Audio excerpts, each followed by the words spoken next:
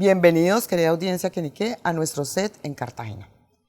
Hace 30 años quiero recordarles que Colombia vivía uno de los momentos más complicados de la historia del país. Nuestro invitado el día de hoy fue uno de los primeros secuestrados por el narcotráfico en Colombia. Se trata de Andrés Pastrana Arango, quien posteriormente fue alcalde de Bogotá y presidente de Colombia. Estamos aquí en Cartagena rememorando un momento que no fue tan divertido hace 30 años con el expresidente Andrés Pastrana. Ya ha pasado toda la historia de Colombia, una cantidad de acontecimientos, pero en este momento nos vamos a acordar de algo que fue muy duro para el país, su secuestro. Presidente, bienvenido. Gracias, Guille, muchas gracias por la invitación. Bueno, empecemos por el primer momento que se lo llevaron. ¿Qué pasó ahí? Haría un poquito, rememoraría algo. El antecedente. Porque sobre todo para los jóvenes de Colombia que no conocen la historia de Colombia. Colombia vivíamos una situación muy complicada en los años 80 y en los años 90, cuando el narcotráfico comienza a permear a la sociedad. Y por eso yo creo que hay que ponerlo un poco en contexto, porque los jóvenes a veces no tienen esa percepción de lo que era el país.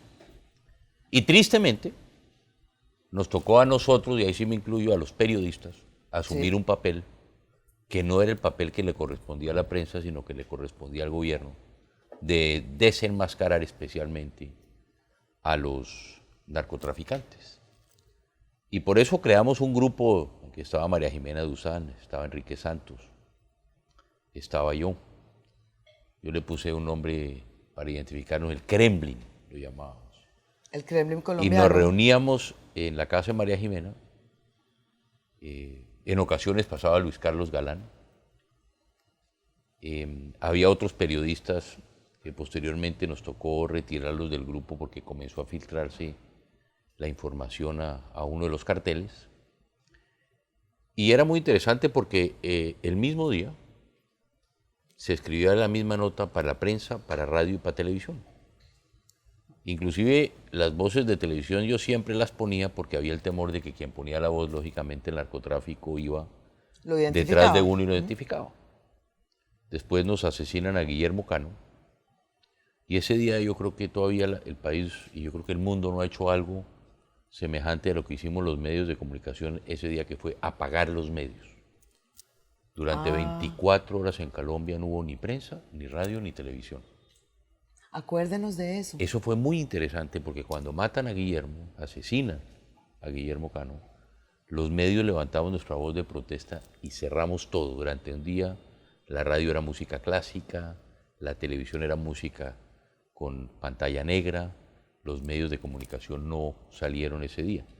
Como uno de los rechazos, yo creo que ahí es cuando el país comienza pues, a reaccionar de verdad. Porque en cada de esos informes nuestros, que eran informes muy pequeños, eran informes de minuto y medio, 2 minutos, lo que hacíamos ahí era demostrar todas las estructuras de los carteles. Y lógicamente desde ese momento, yo recuerdo, como lo digo en mi libro, estaba en el Consejo de Bogotá y Carlos Romero, el concejal comunista. Carlos se me acerca y me dice, Andrés, ayer estuve en una fiesta y te mandaron una razón. No. Y entonces me dicen, y digo, ¿y qué razón me mandaron? ¿Y quién me la mandó? Dijo, no, le mandó una razón Pablo Escobar. Dije, Pablo Escobar, una razón a mí, ¿y por qué? Y me Pablo dijo, Escobar en ese momento, para contextualizar también, ya estaba dejando de ser congresista y ya se estaba como yo creo que fue antes del Congreso, yo creo que comenzaba apenas a saberse quién era Pablo Escobar. Y Pablo Escobar, me dice Carlos Romero, le mandó la siguiente razón. Le dije, ¿qué razón me mandó Pablo? Dijo, perdón con todos los televidentes. Digo, dígale ese hijo de puta de Andrés Pastrana que válgame lo que me valga, cuésteme lo que me cueste, lo voy a matar. Y esto era muy complicado porque Pablo Escobar en esa época, de acuerdo con la revista Forbes, era el hombre más rico del mundo. Sí. Estamos hablando que en esa época se calculaba la fortuna de Pablo Escobar en 6.000 millones. Y yo recuerdo que voy donde mi padre y le digo, mire lo que me acaban de contar y de pasar, ¿qué debo hacer? Y me dice, pues vaya y coménteselo al presidente. El presidente era Belisario Betancur. Y entonces yo me voy donde Belisario. Y le digo, mire, presidente, me acaba de suceder esto. Entonces me dijo, no se preocupe, Andrés, que yo le voy a dar protección. Y efectivamente me dieron protección, un guardaespaldas, Ok. para protegerme contra el hombre más rico y más poderoso en ese momento. Por eso cuando se sucede mi secuestro, el 18 de enero del año 88, yo estaba aspirando a la alcaldía de Bogotá. En ese momento estábamos nosotros viviendo con Nora y con Santiago y con Laura en la casa de mis padres porque estábamos cambiando de casa. Hagamos un paréntesis. Su relación con su papá, que había sido presidente, era muy buena y él le daba consejo a usted en todo lo que usted hacía. Bueno, no en todo, pero era una relación de padre e hijo muy, muy cercana. Sí. Yo hablaba con él permanentemente. Inclusive él siempre decía, es que Andrés tiene un feeling para la política, el tema de la oportunidad. Él lo veía, me lo respetaba mucho. Intercambiábamos opiniones, a veces confrontábamos también a posiciones políticas. Creamos la revista, Guión, yo fui su primer gerente, después yo lo llevo y creamos el noticiero TV Hoy. Y era una relación muy cercana, yo hablaba todos los días con él, intercambiábamos opiniones sobre los distintos temas, lo acompañaba en muchas de las reuniones internacionales que tenía con los clubes de expresidentes, al cual hoy pertenezco a uno de ellos, a Interacción, que era un grupo muy interesante y es muy interesante. Entonces, como yo vivía en la casa de mi padre, esa mañana me habían pedido una entrevista Margarita Vidal, porque Margarita tenía el programa más importante de la televisión y era el momento en que yo podía expresar mi programa de gobierno. Hablar de su campaña, claro. Yo ese día ya comenzaba, ese día pasó lo siguiente, yo estaba en la casa de mi padre y sale mi padre con Oscar Lombana, en ese momento era el gurú de las encuestas. Y entonces mi padre le dice, nos vamos a ir a almorzar, cuando termine la entrevista, cáiganos al restaurante porque Oscar te tiene buenas noticias. Y le dije, bueno, listo. Y efectivamente, cuando termino la entrevista, para mí era muy importante porque era la primera vez. Además, en esa época no existían las redes sociales, Guilla, Claro. que es lo que la gente no sabe. Uno Claro. para que le publicara El Tiempo 3 líneas que dijera Andrés Pastrana va hoy a Ciudad Bolívar, había que ir a almorzar con Hernando Santos, había que hablar con Enrique, sentarse uno, y si le querían sacar 3 líneas, era, bueno, eso era Además, la porque locura. ellos eran liberales. Totalmente. Bueno. Entonces, ¿usted los sacaba en qué Entonces, periódico? no, pues yo les pedía a ellos, bueno. Entonces, yo me voy al restaurante que estaba mi padre y me llama la atención que no estuvieran los escoltas afuera. Y entonces yo llego y le digo a mi papá, oye, ¿y dónde están tus escoltas? Le digo, no, yo los mandé a almorzar. Le digo, ¿pero cómo los vas a mandar? No, yo siempre los mando a almorzar. Le digo, pues si un día te quieren hacer algo y te quieren secuestrar o algo, es en el momento del almuerzo. Y mira lo curioso, entonces por la tarde yo tenía reunión del comité financiero en mi campaña. Me siento con mi padre y es cuando me dice Oscar, mire, ya las encuestas le está dando que usted va punteando las encuestas. Perfecto. Entonces yo me voy a mi sede porque teníamos reunión del comité financiero, por lo tanto estaba lleno de guardaespaldas y lleno de gente porque era pues, una reunión para pedir plata para la campaña. Después ya yo me entero con Popeye, que fue quien me secuestra, estaba desde la mañana en la sede organizando, buscando dónde era la oficina mía. Pero usted no sabía que Popeye era Popeye. No, es que lo nadie que sabía. significaba que era Popeye. Popeye apenas comenzaba. Popeye lo que le da, llamémoslo así, lo que gradúa a Popeye de sicario de confianza de Pablo Escobar es mi secuestro. Y ahora cuento esa historia porque cuando yo escribo el libro yo siempre quise tener todos los lados de la historia. Yo le pedí a mi padre que escribiera la historia, cómo lo habían vivido de ese lado.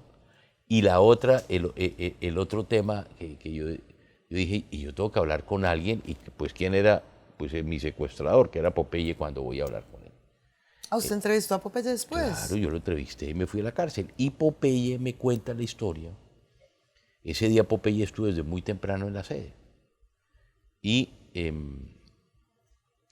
lo que pasa es que Pablo Escobar, según lo que me cuenta Popeye,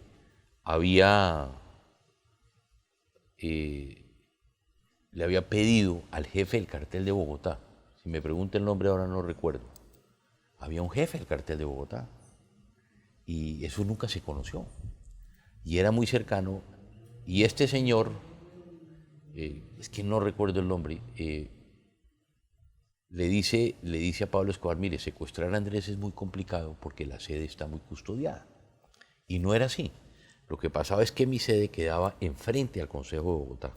Y lógicamente toda la seguridad que había en el Consejo en ese momento y la policía, este señor dijo, es muy difícil secuestrarlo ahí. Entonces, Popeye dice, Pablo Escobar le dice a Popeye, váyase para Bogotá y mire usted. Y Popeye se viene para Bogotá, y en Bogotá se va a la sede y empieza a mirar y dice, no, Andrés Pastrana es muy fácil secuestrarlo, porque él se dio cuenta de lo que había alrededor, era la seguridad, era del Consejo. Entonces, se va a una cafetería cerca a la sede mía, y entra a la cafetería, imagínense lo que pasa, que me dice Popeye, se encuentra con Mauricio Gómez, que está solo, el hijo de Álvaro, sí, colega periodista. Sí. Entonces Popeye llama a Pablo Escobar y le dice, patrón, estuve en la sede de la persona que usted me dijo y no lo podemos llevar. Pero le tengo una noticia, está aquí Mauricio Gómez, si quiere yo me lo llevo. Aquí tengo armas largas y armas cortas. ¿Cuál escoge? ¿Cómo quiere que lo llevemos? Sí. Solito estaba, creo, o con alguien. Y fíjate lo que es el destino. Entonces Pablo Escobar se enfurece con Popeye. Yo le dije que fuera a secuestrar a esa Pastrana, yo no le dije que fuera a secuestrar a Mauricio. Déjelo tranquilo, déjelo quieto. Y se salva a Mauricio, que estaba solo, y Popeye con el operativo.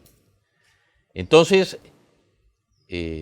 cuando yo llego ya a la reunión por la tarde, pues estamos con la gente. Yo posteriormente terminamos la reunión, pero ellos Popeye no había podido identificar cuál era mi oficina. Entonces yo salgo de la oficina porque acababan de llegar unos elementos de publicidad y yo dije, yo quiero más bien ver mi entrevista esta noche, que para mí es importante, y cancelé una gira que tenía los barrios. A mí ya me habían hecho un intento de secuestrarme en una gira a Ciudad Bolívar. Entonces, yo bajo, digo, por favor, ¿no suben algo de tomar? Y ahí es cuando ellos se dan cuenta cuál es mi oficina, y ya entonces a los 5 minutos yo estoy sentado con 2 amigos, el tesorero de la campaña, que era Samuel Navas, y Pablo Vickenbach, un tío de Nora, y cuando entran, y claro, me ponen una pistola en la cabeza, arrancan los teléfonos, y el otro apuntaba a las 2 personas que estaban conmigo. ¿Usted qué pensó ahí? Me esposan, y claro, el susto de uno cuando me pone las esposas, me pone la pistola, y entonces me dice, somos del M-19, que venimos a secuestrarlo para enviarle un mensaje al gobierno. Entonces yo ahí ya me tranquilicé, dije, bueno, porque es el M, entonces ya uno inmediatamente, por lo que era el M, que eran secuestros publicitarios y hacían como cosas... los Robin Hoods. Exacto, hacían unas cosas, más que Robin Hood, ellos fueron muy inteligentes en cómo promocionar el grupo y toda esa cosa. Sí. Y entonces, pues yo como me tranquilicé, Pablo Vickenbach se asustó mucho, empezó a pararse hasta que le pusieron una pistola o un fusil en la boca. ¡Quieto! Y entonces yo le dije a todo el mundo, ¡quieto todo el mundo! Aquí es ya cuando uno se da cuenta que todos reaccionamos de forma distinta. Sí. Yo reacciono muy tranquilo siempre. ¿Y quieto amigos? Todo el mundo muy preocupado. Entonces ya salimos, estaban las secretarias, bajamos. Y en la bajada había 2 oficinas. Una era de Giras y otra oficina que estaba enfrente de Jefatura del Debate. Y en esa oficina estaba Jaime Garzón. Porque Jaime comenzó a trabajar con otros. Jaime llegó un día a la campaña y dijo, mire, yo quiero trabajar en esta campaña. Y Jaime por eso llegó allá. Yo conocí a Jaime Garzón en la prensa, que prensa, también era de su pero familia. Pero mucho después. Allá. Sí, claro, mucho después. Entonces Jaime está ahí, y cuando yo bajo con Popeye, que me tiene el arma en la cabeza, recuerdo yo una frase del maestro Arenas Betancourt que fue muy buena, que yo la leí estando en el secuestro, que decía que a él le pasó lo mismo cuando secuestraban al maestro Arenas, y entonces el maestro Arenas decía que el arma que le ponen a uno es tan grande como el susto de uno, ¿no? Sí, eso claro. Es una cosa impresionante y grande. Y en ese momento Jaime Garzón le grita, psst, psst, señor, Entonces Popeye es un momento muy complicado, porque es el momento de la tensión del secuestro. Y se voltea a Popeye donde Garzón le dice, ¿qué pasa? Dice que usted no se puede llevar al candidato solo. ¿Cómo así que no me lo puedo llevar solo? Le decía Popeye. Dijo, no, usted no lo puede llevar solo.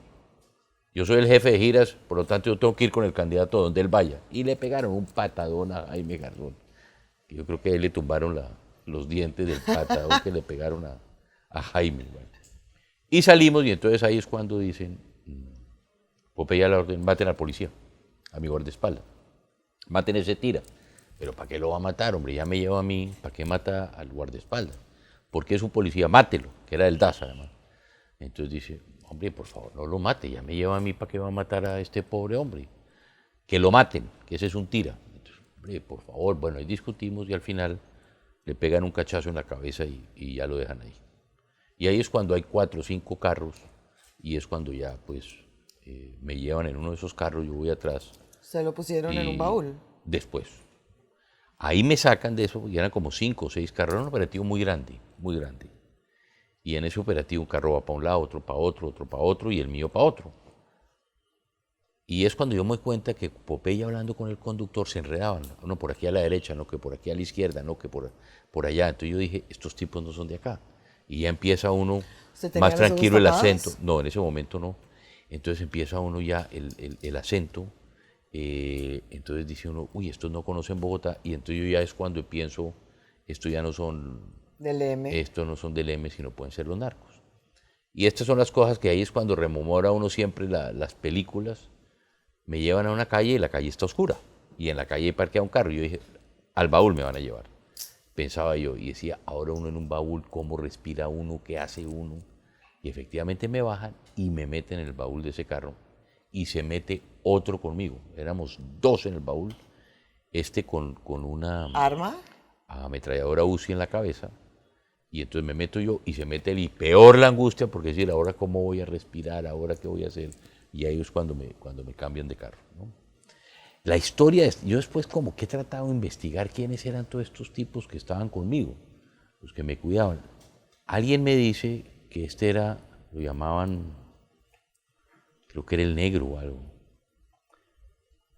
Hay una historia famosa de los narcos, de un partido de fútbol del cartel de Cali, que fueron los del cartel de Medellín y masacraron, recuerdan, parte y parte de esta gente. Entonces dicen que fue el que organizó ese atentado para masacrar a los del cartel de Cali, porque al parecer está en una cárcel de Estados Unidos, lo liberan de la cárcel, en la cárcel se hizo muy amigo de unos de los de Cali, él tenía una novia y el de Cali terminó con su novia, y por venganza fue y mató a los jugadores de fútbol.